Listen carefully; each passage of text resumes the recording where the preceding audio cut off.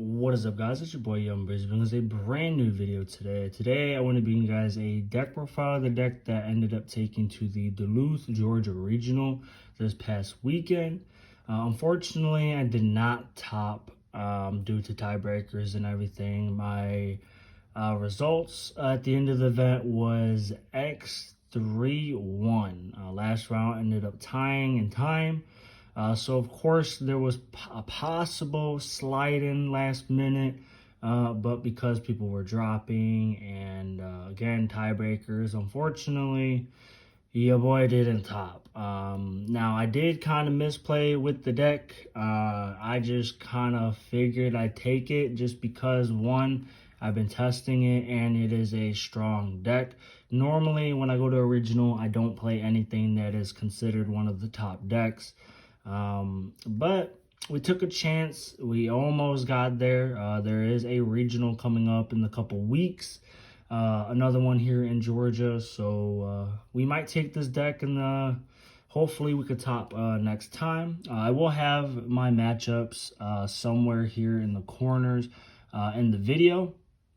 But before we do get into the deck profile, I do want to give a special shout out to Imperium Duelist. I got this a couple weeks ago and wanted to take it to the event, see how I liked it, and honestly and truly, it's one of the best deck boxes I ended up purchasing and owning. If you guys never have owned a Imperium Duelist deck box or product, they make good quality products, and that's not, me trying to suck up or anything, but I've worked with Imperium Duelist in the past and I've loved their product. If you guys have never seen this deck box, they have a special spot at the bottom for your deck box, unlike the sidewinders, as well as when you open it up, it flips, extends, all that good stuff, and it's a good size if you're at a regional, YCS, or an event.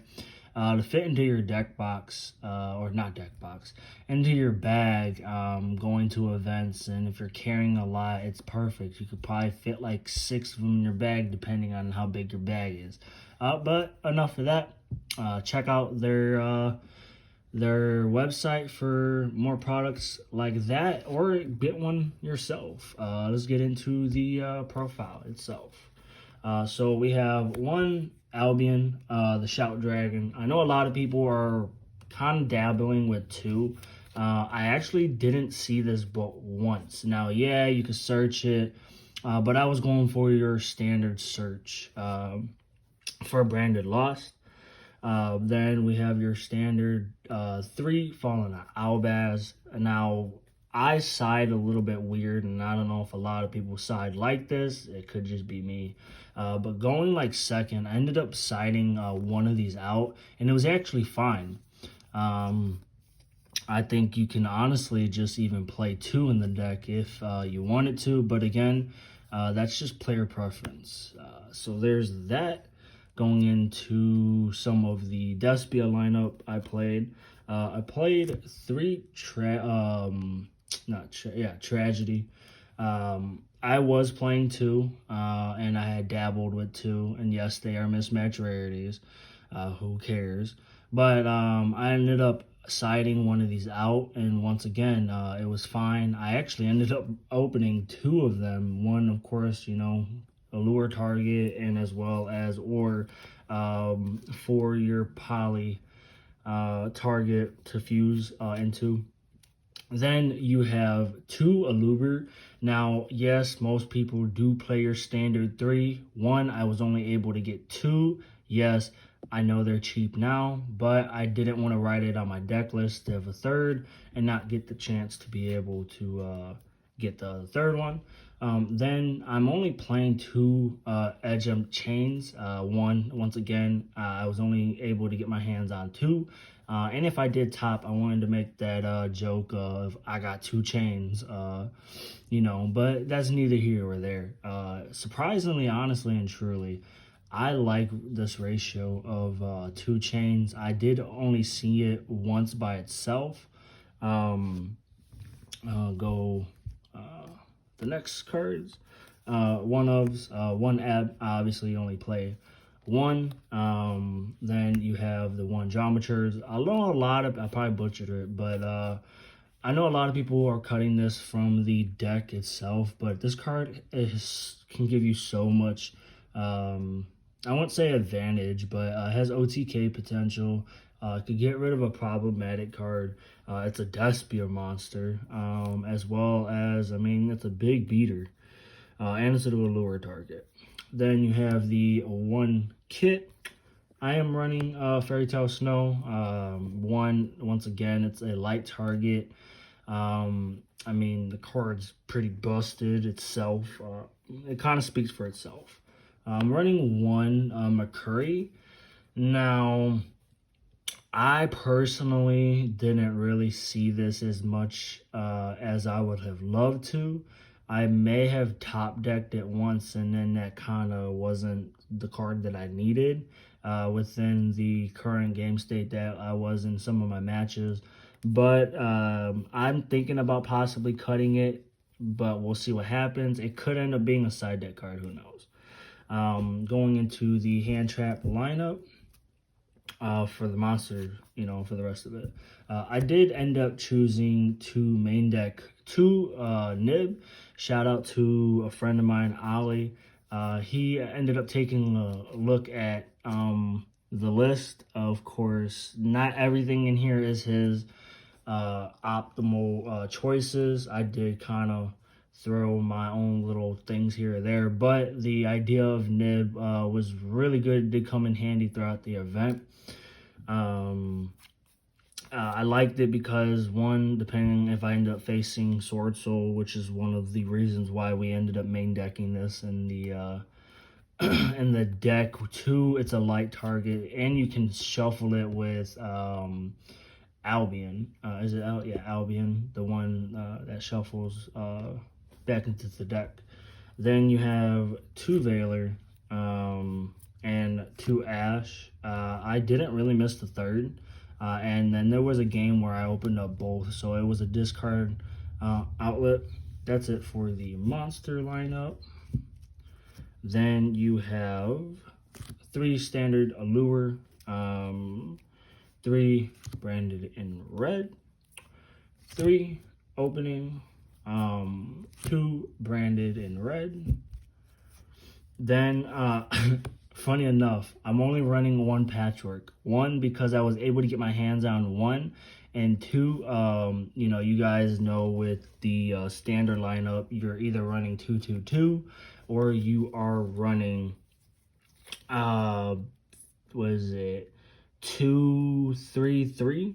But I actually ended up only running for the patchwork engine 1, 2, and 2. This actually worked out perfectly for me. I mean, yeah, my record obviously didn't really show it, but my matchups obviously ended up playing a factor in that as well. But throughout the event, I either only seen the 1 patchwork by itself, or I seen chains by itself, and it actually ended up working out pretty well. So I ended up playing the 2 polymerization. Then you have one of the one-ofs. The field spell, honestly, like, the field spell can come in handy. Yeah, it's another search target for the Aluber or kit. But once again, depending on how your hand plays out, it can come in handy. I've seen people cut it before. Call by the grave, wow. I did open this up like a crap ton of times. And it was amazing. And then to round up the spell lineup, 1 branded and lost. Then traps, I only really ran 2 Imperm and then the 1 banishment. I was testing branded sword, which I might kind of go back to that, just because of the fact throughout the event I kind of would have liked to see it. But other than that, that's about it for the main deck. Going to the extra, it's kind of standard, but I am running 1 Chimera. A friend of mine let me borrow this for the event, and he only really had, I mean, he had 2, but he didn't only let me borrow the 1. I ended up playing 3 Albion, the branded dragon. Once again, a lot of people are going back and forth with playing 3 And 2, I feel like 3 is more the optimal play because 1, if you're reusing Mirror Jade multiple times, and I mean, this card's just insane. It lets you set a branded spell or trap. Kinda nice. I ended up running 2 Albion. 1, because I needed another card. And 2, even if this got Veiler or somebody decided to kind of just get rid of it, if I needed something to go into, it was kind of nice. And what was funny is I was able to shuffle my Nibiru back into the deck, which was funny. I'm running 2 Mirror Jade. Honestly, I may have went into another one once throughout the event, but you could just bring this back with Ab or Ad Libium. 2 Masquerade. Some people are actually running 3 to be kind of greedy and kind of get the game over with, but I kind of didn't really miss the 3rd. Then we have 1 Titanoglad, 1 Brygrand, I think that's how you pronounce it. 1 of the big Despia guy. I honestly didn't summon him a whole lot into the event, if not at all. Either 1, I just didn't see it, or I wasn't in the optimal, no, I wouldn't say game state, but it just wasn't optimal to go into. Some people are actually considering cutting it. 1 of the Predator Plant guy, and to round up the extra deck, we have 1 Starving Venom because it's a super poly target. Then the side deck, I ended up going with 2 Lancia just because, I mean, L is evenly matched. Some people are siding. Flunders, the mirror match. So, I mean, I just kind of felt it was a decent side deck card for the event. I did side it, didn't see it, so I might cut it. 2 DD Crow. That's kind of self-explanatory, at least in my opinion. I went with 2 D Barrier. My side deck was a little bit different going in before the event, and to kind of squeeze some room, I guess, I just wanted to run 2. 3 Super Poly, obviously mirror match. The 1 Duster.